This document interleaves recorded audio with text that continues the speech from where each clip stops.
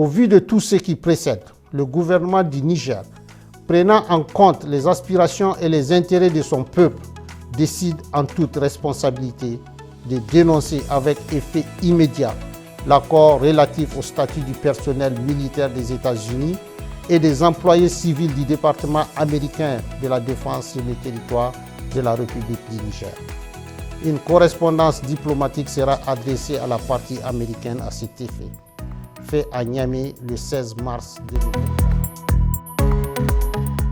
Chers téléspectateurs, bienvenue sur KMP Info, votre chaîne d'information panafricaine. Aujourd'hui, nous avons une nouvelle importante à vous annoncer. Le Niger a décidé de rompre ses accords de coopération militaire avec les États-Unis. Cette décision fait suite à celle de la France et représente un tournant significatif dans la politique étrangère du pays du Sahel. Le régime militaire en place à Niamey a pris la décision de mettre fin immédiatement à l'accord de coopération militaire établi en 2012 entre le Niger et les États-Unis. Selon le porte-parole du gouvernement nigérien, Amadou Abdraman, cette action a été prise en tenant compte des aspirations et des intérêts du peuple nigérien. L'accord, qui concernait le statut du personnel militaire américain et des employés civils du département américain de la défense sur le territoire nigérien, est désormais considéré comme illégal et en violation des règles constitutionnelles et démocratiques du Niger. Cette dénonciation soulève des questions cruciales sur la souveraineté et l'indépendance des nations africaines dans leurs relations avec les puissances étrangères. Elle s'inscrit également dans un contexte plus large de lutte contre l'impérialisme et de promotion d'un monde multipolaire où les nations africaines peuvent défendre leurs intérêts sans ingérence extérieure. Restez avec nous alors que nous approfondissons cette décision et ses implications pour le Niger et la région du Sahel. Ne manquez pas nos prochaines émissions en vous abonnant à notre chaîne, en aimant et en partageant nos contenus et en activant les notifications pour rester informés.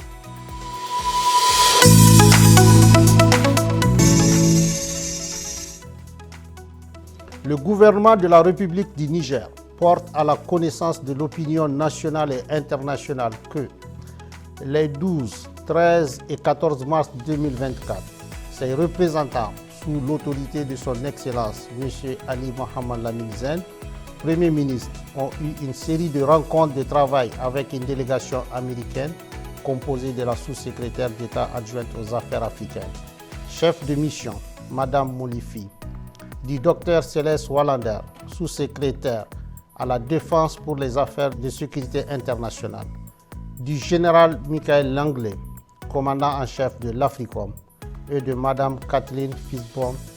ambassadeur des États-Unis d'Amérique au Niger. Sous la forme, l'arrivée de la délégation américaine n'a pas respecté les usages diplomatiques. En effet, c'est de façon unilatérale, par note verbale, que le gouvernement américain a informé le gouvernement nigérien de la date d'arrivée et de la composition de sa délégation,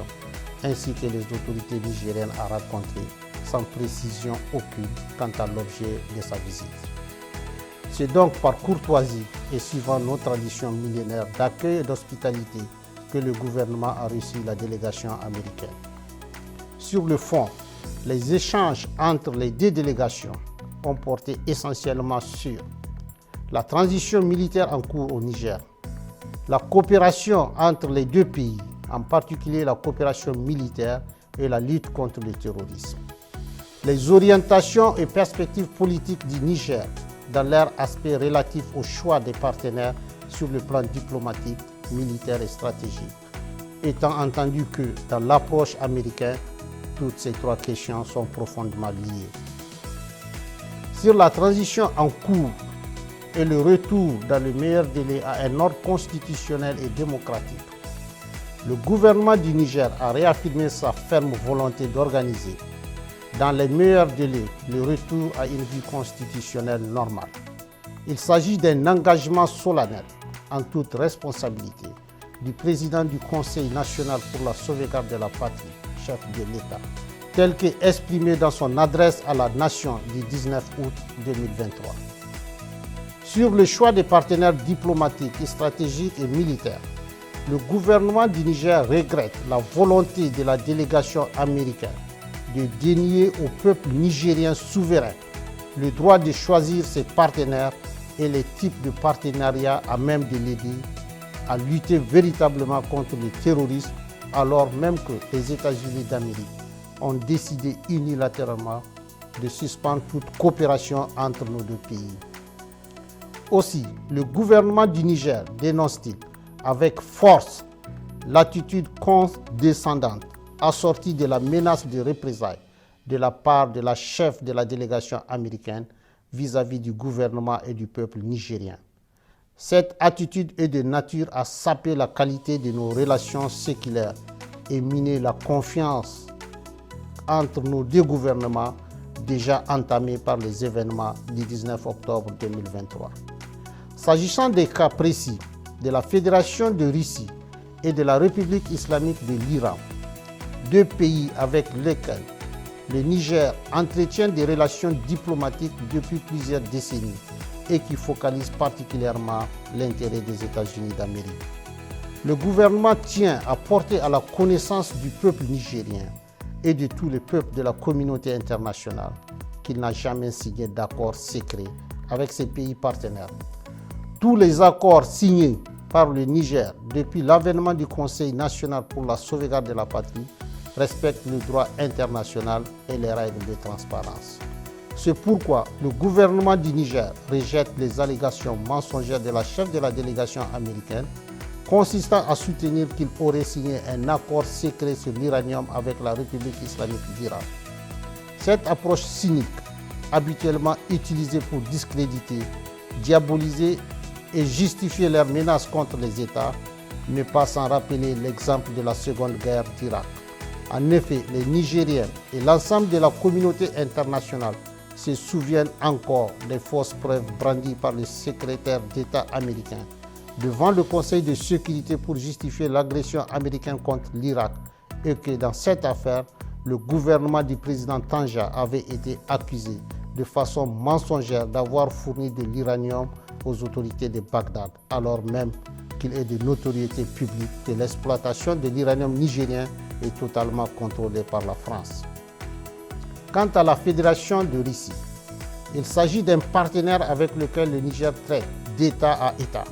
conformément aux accords de coopération militaire signés avec les gouvernements antérieurs pour acquérir le matériel militaire nécessaire à sa lutte contre le terrorisme qui a fait des milliers d'innocents victimes nigériens sous l'œil indifférent d'une bonne partie de la communauté internationale. Enfin,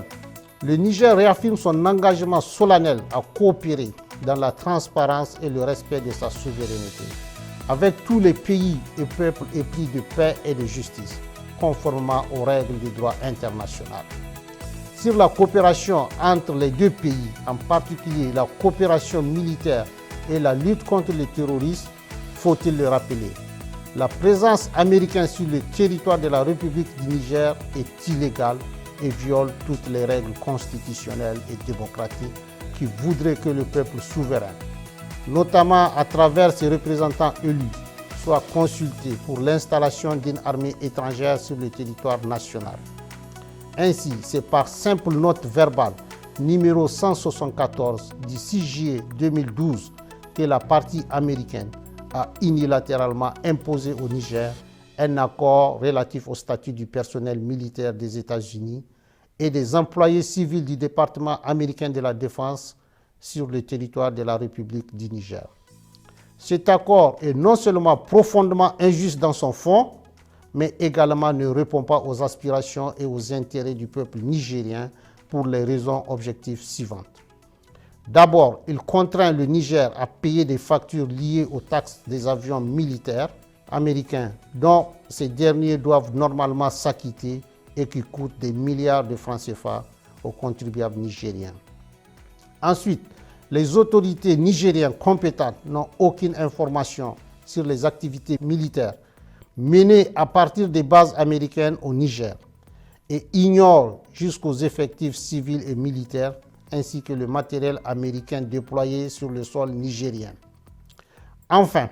l'armée américaine n'a aucune obligation, selon l'accord, d'accéder aux demandes nigériennes d'appui contre les groupes terroristes qui assassinent nos vaillantes forces de défense et de sécurité et massacrent nos laborieuses populations.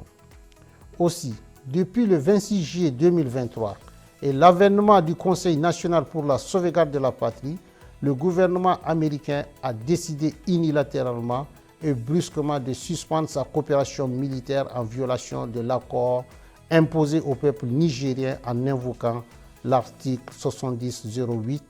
du Consolidated Appropriation Act, sans pour autant aller au bout de sa logique qui voudrait qu'il retire ses militaires du territoire nigérien. Par ailleurs, depuis quelques semaines, le gouvernement nigérien a constaté des activités illégales de survol de son territoire par des aéronefs américains et qui sont de nature à s'interroger sur la sincérité de leur partenariat et la pertinence du maintien de l'accord de coopération militaire imposé par note verbale. Au vu de tout ce qui précède, le gouvernement du Niger, prenant en compte les aspirations et les intérêts de son peuple, décide en toute responsabilité de dénoncer avec effet immédiat l'accord relatif au statut du personnel militaire des États-Unis et des employés civils du département américain de la défense sur le territoire de la République du Niger. Une correspondance diplomatique sera adressée à la partie américaine à cet effet, fait à Niamey le 16 mars 2024.